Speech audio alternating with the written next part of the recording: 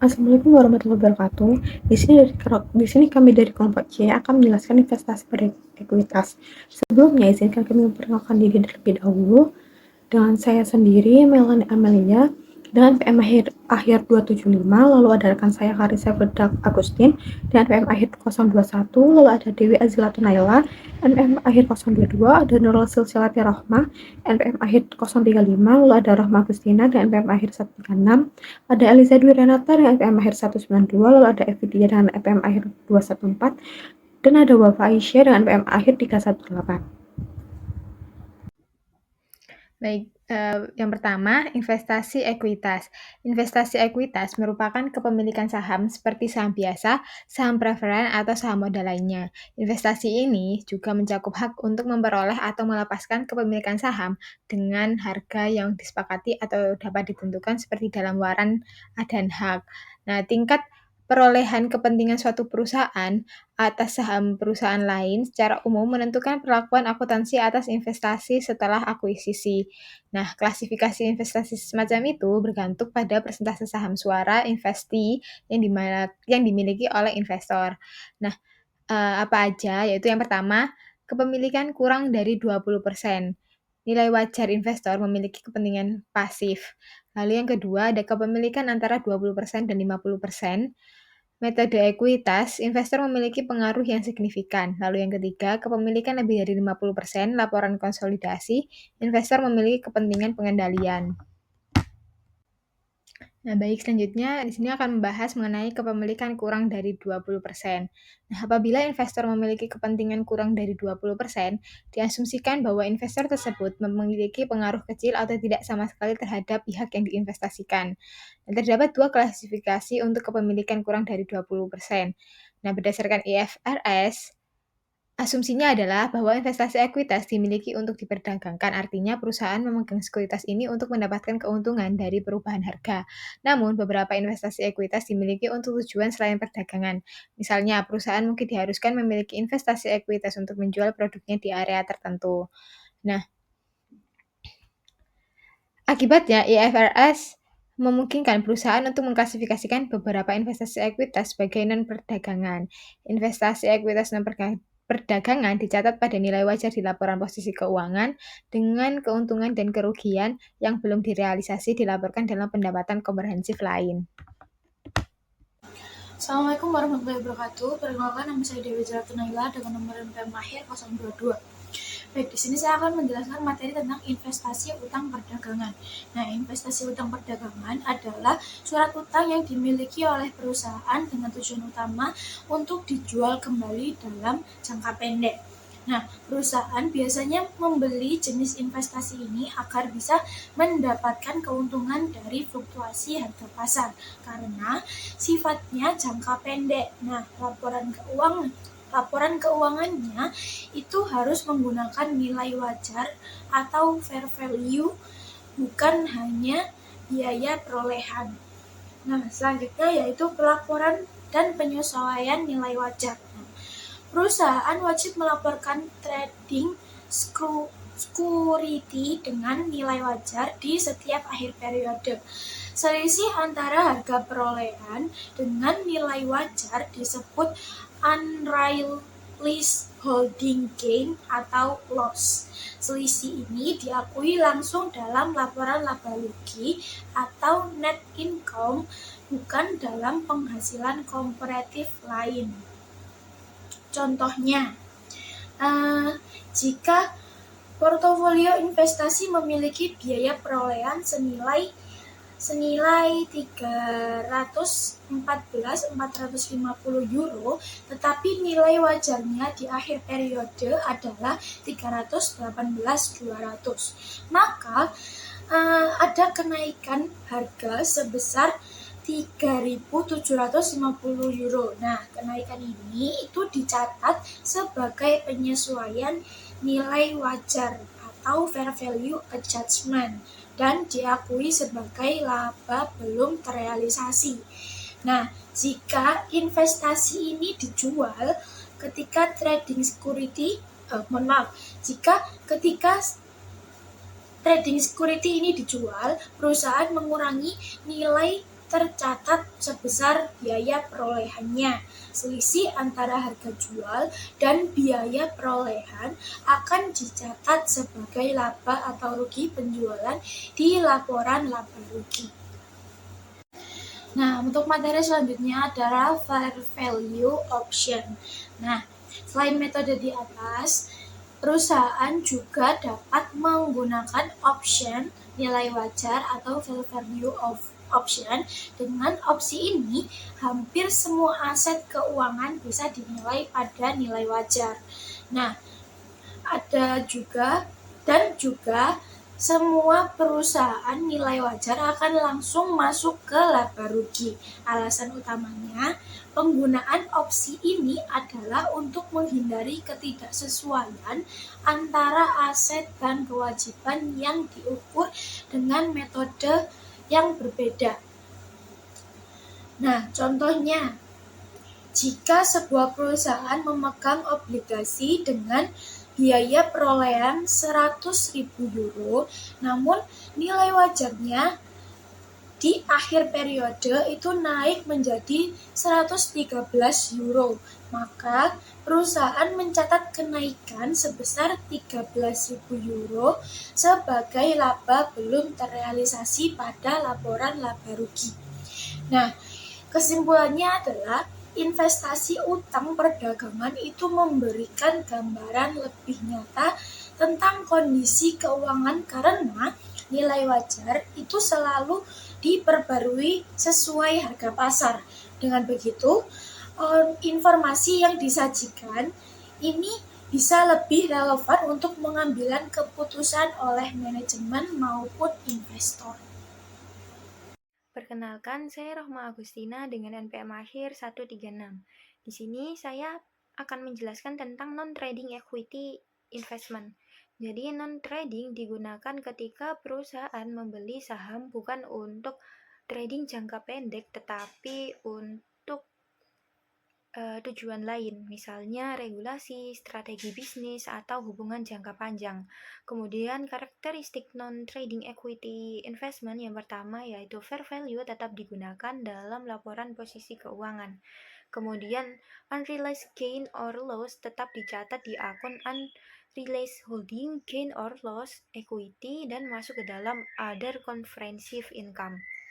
Kemudian dividen dari investasi tetap diakui sebagai dividen revenue dalam laba rugi.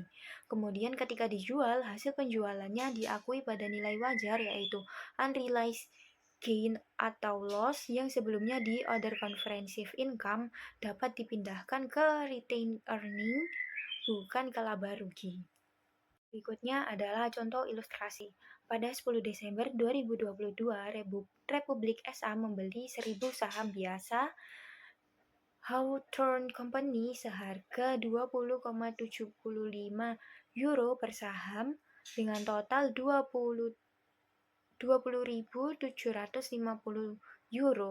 Investasi ini mewakili kepemilikan lebih dari 20% dan dikategorikan sebagai non-trading equity investment atau EVOC. Pada 27 Desember 2022, Republik menerima dividen tunai sebesar 450 euro. Pada 31 Desember 2022, nilai wajar investasi saham Hawthorne adalah 24.000 euro. Nah, di sini diminta untuk membuat jurnal setiap transaksi dan ditunjukkan penyajian investasi ini dalam laporan keuangan 2022. Jadi pada tanggal 10 Desember 2022, jurnal pembelian saham adalah equity investment pada cash sebesar 20.750.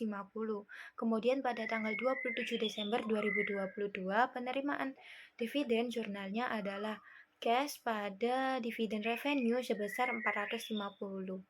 Kemudian pada tanggal 31 Desember 2022, jurnal penyesuaian nilai wajar adalah equity investment pada unrealized holding gain or loss equity sebesar 3.250.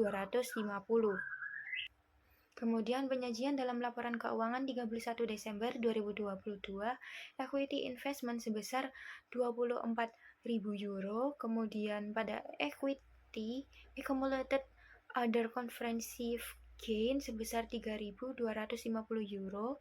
Kemudian pada statement of comprehensive income, other income and expense, pada dividen revenue sebesar 450, kemudian other comprehensive income, unrealized holding gain sebesar 3.250. Metode ekuitas kepemilikan 20-50%. Pertama, deskripsi singkatnya, yaitu digunakan ketika investor memiliki pengaruh signifikan, atau biasanya itu karena kepemilikan lebih dari 20%. Kemudian pencatatan, yang pertama di awal dicatat sebagai sebesar biaya, kemudian laba atau rugi investasi itu untuk meningkatkan atau menurunkan nilai investasi.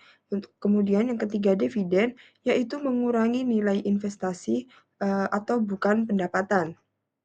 Kemudian perbedaan dengan metode nilai wajar, yaitu ada dua metode ekuitas itu mencerminkan kinerja investasi, sedangkan metode nilai wajar itu hanya mencatat dividen dan fluktuasi harga.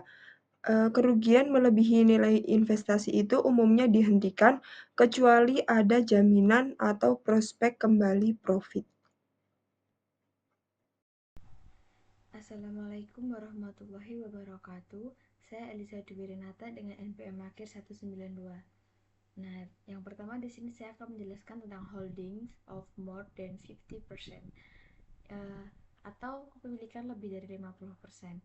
Nah, apabila perusahaan itu memiliki saham lebih dari 50% di perusahaan lain, maka perusahaan itu memiliki kendali penuh terhadap perusahaan tersebut. Nah, hal itu membuat perusahaan itu harus perusahaan yang memiliki 50% saham di perusahaan lain itu menjadi perusahaan induk, sedangkan yang dimiliki itu menjadi anak perusahaannya.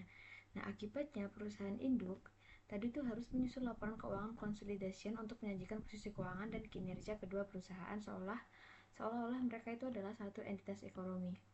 Nah, di sini tuh terlepas dari apakah laporan keuangan konsolidasi yang disusun itu disusun atau tidak, itu perusahaan induk itu umumnya mencatat investasi pada anak perusahaan menggunakan metode ekuitas seperti yang telah dijelaskan di sebelum bab ini. Selanjutnya yaitu summary of reporting treatment of investment, atau bisa juga disebut dengan ringkasan perlakuan pelaporan investasi. Nah, di sini tuh kan ada 3 kolom. Yang pertama itu kolom klasifikasi, yang kolom kedua yang di tengah itu pendekatan penilaian dan pelaporan pernyataan dari posisi keuangan, yang ketiga itu efek pendapatan. Dan yang tertera di situ itu ada 2 investasi. Yang pertama itu ada investasi utang, yang kedua itu investasi ekuitas atau equity investment. Nah, di investasi utang itu ada 4. Yang pertama itu dipegang untuk koleksi, yang kedua dipegang untuk koleksi dan penjualan, yang ketiga tidak dipegang untuk koleksi jual beli, yang keempat nilai wajar pilihan. Dan di ekuitas investasi itu ada 4. Yang pertama itu perdagangan, yang kedua non perdagangan pilihan, yang ketiga ekuitas metode, yang keempat konsolidasi. Nah, di investasi utang ini pendekatan penilaiannya itu yang dipegang untuk koleksi itu menggunakan biaya diamortisasi, efek pendapatan itu minat diakui sebagai pendapatan. Yang kedua itu dipegang untuk koleksi dan penjualan. Pendekatan penilaiannya itu nilai wajar dan efek pendapatan itu minat diakui sebagai pendapatan. Kepemilikan yang belum terrealisasi keuntungan dan kerugian dimasukkan dalam laporan lain luas penghasilan. Yang ketiga tidak dipegang untuk koleksi jual beli. Pendekatannya nilai wajar dan efek pendapatannya itu minat diakui sebagai pendapatan. Kepemilikan yang belum terrealisasi keuntungan dan kerugian dimasukkan dalam pendapatan. Sama juga dengan yang terakhir, yang nilai wajar pilihan. Nah, selanjutnya di ekuitas investasi, perdagangan, pendekatan penilaian itu juga nilai wajar. Lalu efek pendapatannya itu dividen adalah diakui sebagai pendapatan belum terrealisasi menahan keuntungan dan kerugian termasuk dalam penghasilan. Yang kedua, non perdagangan pilihan, penilaiannya itu nilai wajar dan efeknya itu dividen adalah diakui sebagai pendapatan belum terrealisasi, menahan keuntungan dan kerugian tidak termasuk dalam pendapatan tapi di lain penghasilan. Yang ketiga, ekuitas metode. Di sini investasi awalnya dicatat pada biaya perolehan dengan penyesuaian berkala untuk bagian investor dari pendapatan atau kerugian investasi dan dikurangi dividen yang diterima dari pihak yang diinvestasikan. Efeknya, pendapatan adalah diakui oleh pendapatan investasi atau kerugian yang dilaporkan setelah tanggal investasi. Yang terakhir, konsolidasi. Penilaian itu keuangan konsolidasi pernyataan, dan di sini efeknya itu pendapatan adalah diakui oleh pendapatan investasi atau kerugian yang dilaporkan setelah tanggal investasi. Nah, opsi ini tuh wajar untuk mendapatkan comprehensive line atau OCI. Untuk investasi ekuitas non perdagangan dilaporkan secara berbeda dari investasi utang HFCS. Nah, berdasarkan opsi non perdagangan, untuk investasi ekuitas ini tuh perubahan kumulatif nilai wajar tetap berada dalam ekuitas dan tidak didaur ulang melalui laba rugi. Lalu other reporting issue. Nah, di other reporting issue itu atau juga masalah pelaporan lainnya, di sini tuh ada 3 isu-isu yang berkaitan dengan akuntansi investasi. Yang pertama itu penurunan nilai, yang kedua penyesuaian daur ulang, yang ketiga refleksifikasi antar kategori. Nah, yang pertama itu penurunan nilai. Nah, apa sih penurunan nilai itu? Nah, penurunan nilai itu merupakan kondisi ketika nilai wajar suatu aset atau investasi lebih rendah dari nilai tercatatnya, dan penurunan itu dianggap signifikan serta permanen. Penurunan nilai ini tuh terjadi ketika nilai wajar itu dari suatu aset atau investasi itu lebih rendah daripada nilai yang tercatat di laporan keuangan. Nah, di sini tuh mengartikan bahwa investasi tersebut itu tidak lagi bernilai sesuai harapan, misalnya karena perusahaan investasi itu bangkrut atau mengalami kesulitan keuangan. Nah, jika terjadi hal ini tuh perusahaan harus menurunkan nilai tercatat aset dan mengakui selisihnya sebagai rugi. Penurunan nilai di laporan laba rugi agar tidak ada selisih yang bisa merugikan di kedepannya. Baik, selanjutnya yaitu ada contoh soal pada impairment debt investment measured at amortized cost. Nah, contohnya yaitu pada tanggal 31 Desember 2018, Mayhew membeli investasi utang yang diterbitkan Bao Group dengan harga par sebesar 200.000 yen dengan jangka waktu 4 tahun dan bunga 10% yang dibayarkan tiap akhir tahun. Nah, dengan informasi tersebut, maka kita dapat mencatat kerugian karena penurunan nilainya. Yang pertama yaitu ada contractual cash flow. Contractual cash flow ini berasal dari 200.000, yaitu nilai parnya dikali dengan bunga 10%, menghasilkan 200.000. Kemudian ada expected cash flow 16.000 dan loss of cash flow. Loss of cash flow ini selisih di antara contractual cash flow dan expected cash flow. Nah, berdasarkan penghitungan kerugian tersebut, kita dapat menyusun arus kas investasinya. Jadi, jumlah penurunan nilai yang dicatat yaitu selisih antara investasi yang dicatat yaitu 200.000 yen dikurangi dengan nilai sekarang dari arus kas yang diharapkan dan nilai sekarang dari bunga yang diterima, menghasilkan 12.680. Kemudian jurnal pencatatannya yaitu loss on impairment sebesar 12.680 pada allowance for impaired debt investment sebesar 12.680. Nah, selanjutnya apabila loss on impairment sebelumnya itu mengalami penurunan atau pengurangan, maka sebagian atau seluruh loss on impairment yang telah diakui harus dibalik. Nah, dibaliknya itu dengan cara yang pertama, mendebitkan akun allowance for impaired debt investment dan mengkreditkan akun recovery of impairment loss. Nah, pembalikan kerugian penurunan nilai ini tidak boleh menghasilkan nilai tercatat investasi yang melebihi biaya diperoleh di amortisasinya. Nah, contohnya, asumsikan pada tanggal 31 Maret 2020, Mayhew menetapkan bahwa resiko kredit Bao telah menurun secara signifikan. Oleh karena itu, Mayhew memutuskan untuk membalik penurunan nilai dengan membuat jurnal allowance of loss on impairment sebesar 12.680 pada recovery of loss in impairment sebesar 12.680. Selanjutnya yaitu ada impairment debt investment measured at fair value HFCS. Jadi perusahaan yang memiliki investasi utang dalam bentuk HFCS atau held for collection and selling melaporkan investasinya pada nilai wajar, dan setiap perubahan dalam nilai wajar itu dilaporkan dalam other comprehensive income. Nah, untuk investasi jenis ini perusahaan menggunakan model penurunan nilai yang berbeda. Contohnya, Alexander membeli investasi utang yang diklasifikasikan sebagai HFCS pada tanggal 1 Juli 2019 sebesar 1 juta euro. Nah, investasi utang ini memiliki bunga 7% dan tanggal jatuh temponya 1 Juli 2024.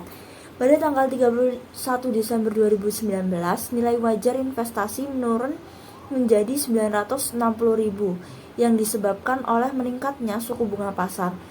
Jurnal pencatatan investasi utang ini pada tahun 2019 yaitu yang pertama pada tanggal 1 Juli yaitu mencatat pembelian atas debt investment, yaitu debt investment pada kas sebesar 1 juta.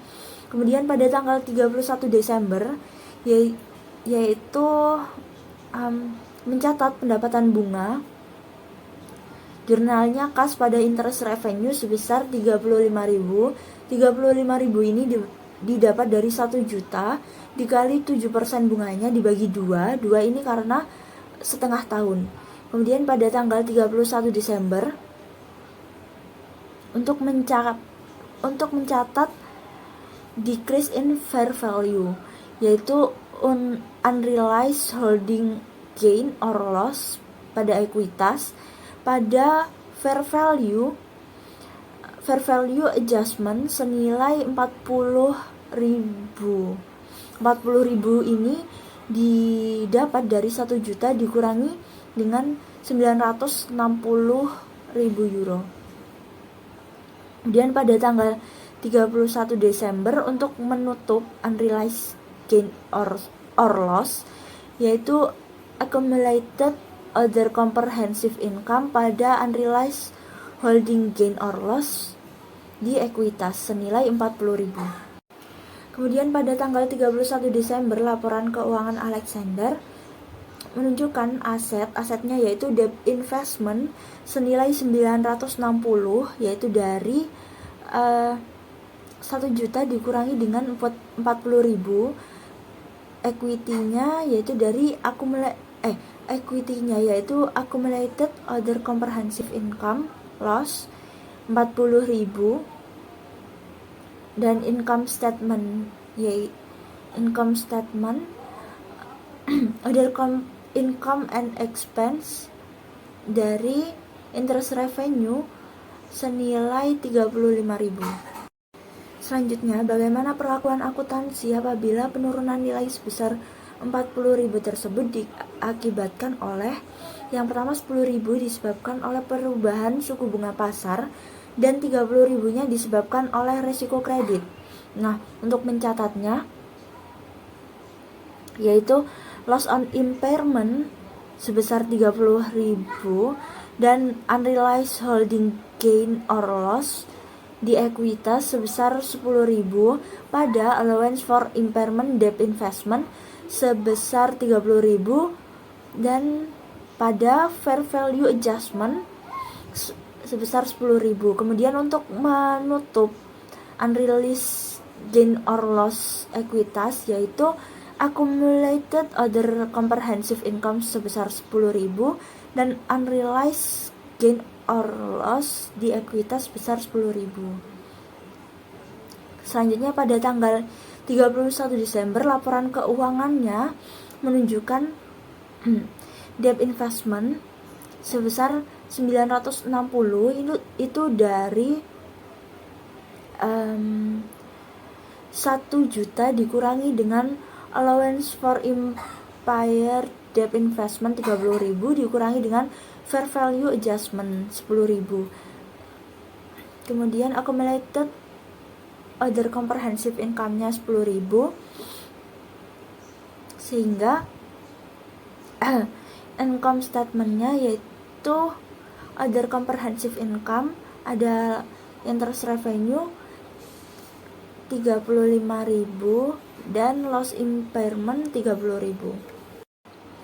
Selanjutnya, misalkan Alexander menjual investasi utang pada tanggal 1 Januari 2020 sebesar 960.000, yaitu pada saat nilai wajar saat itu, maka jurnal pencatatannya adalah kas sebesar 960, loss on sale of debt investment 10.000, allowance for impaired debt investment 30.000 pada debt investment senilai 1 juta.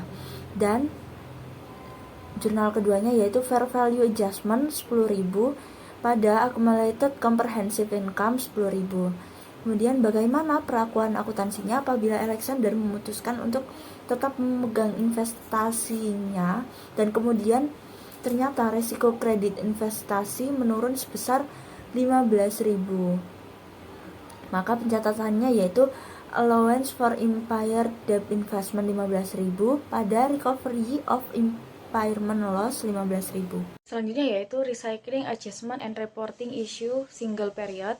Yang pertama ada penurunan nilai. Penurunan nilai terjadi ketika nilai tercatat aset lebih tinggi daripada nilai wajarnya. Pada efek utang, ini dibandingkan antara biaya diamortisasi dengan nilai wajar. Lalu pada efek ekuitas dibandingkan antara harga perolehan dengan nilai wajar.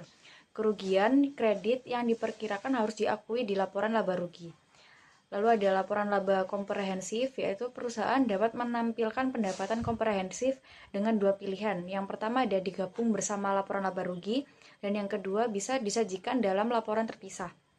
Perlu ada penyesuaian reklasifikasi agar tidak ada keuntungan atau kerugian yang dihitung ganda saat aset dijual. Selanjutnya yaitu ada ilustrasi kasus Hayes PLC membeli obligasi sebesar 50.000 pounds, menjual sebagian, memperoleh laba di realisasi sebesar 2.000 pounds, sisa portofolio mengalami kenaikan nilai wajar, jadi laba belum direalisasikan sebesar 4.000 pounds.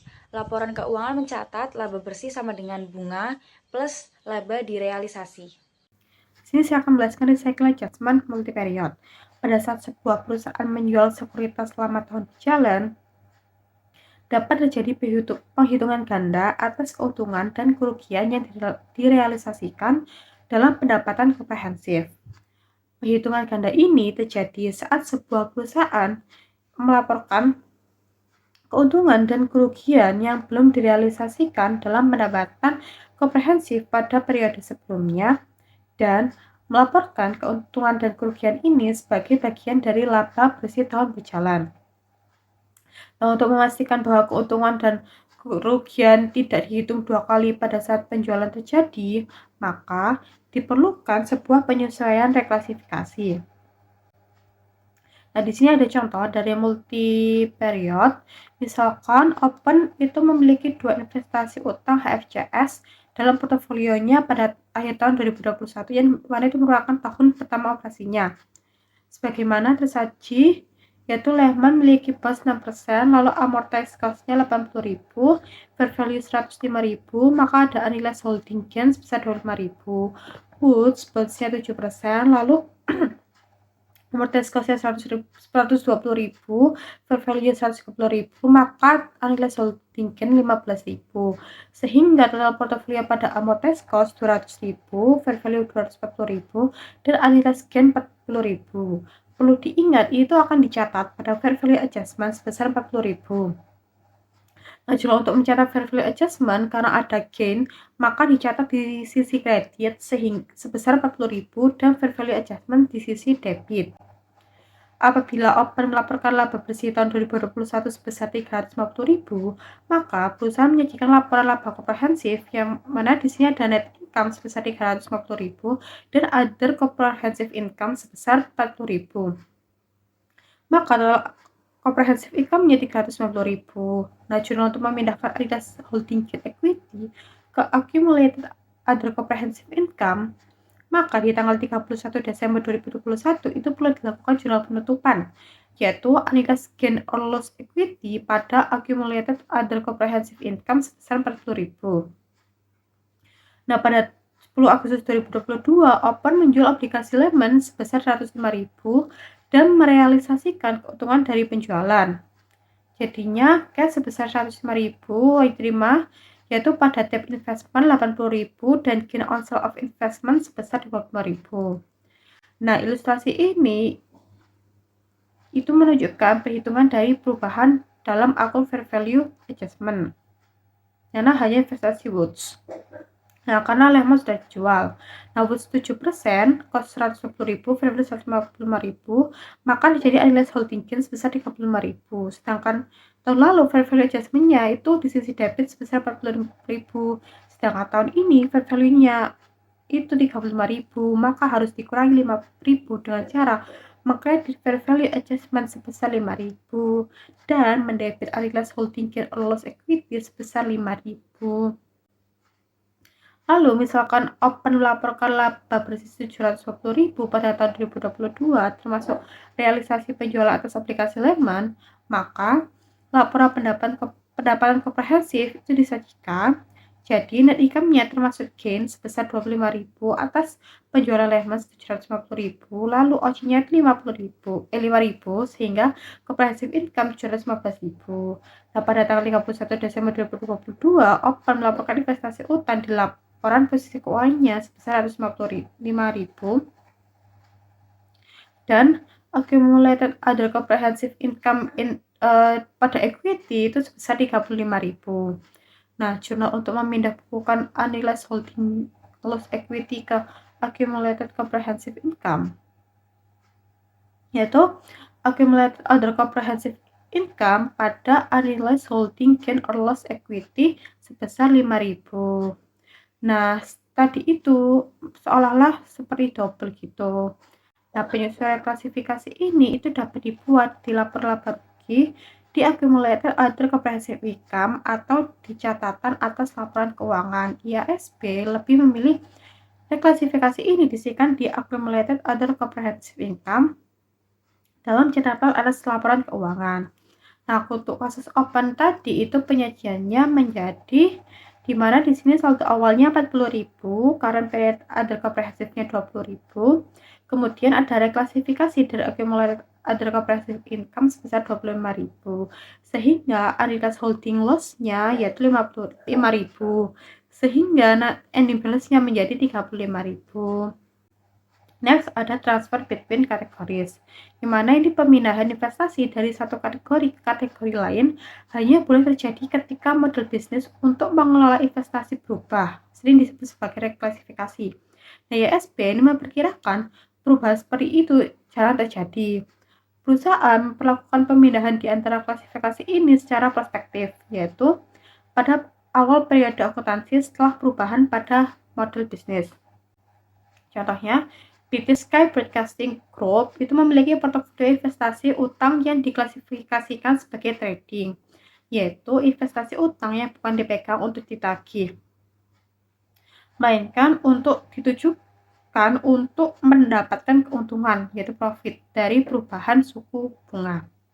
Nah, dengan demikian, perusahaan itu menilai investasi ini pada nilai wajar. Nah, pada tanggal 31 Desember 2021, British Sky itu memiliki saldo sekuritas dan investment sebesar 1.200.000, fair value adjustment 125.000, maka total carrying value-nya 1.325.000. Sebagai bagian dari proses perencanaan strategisnya yang selesai pada 4 kuartal di tahun 2021, manajemen British Sky itu memutuskan untuk berpindah dari strategi sebelumnya yang membutuhkan keaktifan manajemen ke strategi untuk simpan held for collection atas investasi utangnya. Nah, British Sky itu membuat jurnal untuk mencapai sekuritas ini ke klasifikasi hold for collection, yang mana debt investments pada fair value adjustment sebesar 125.000. Nah, sekian presentasi dari kelompok kami. Wassalamualaikum warahmatullahi wabarakatuh.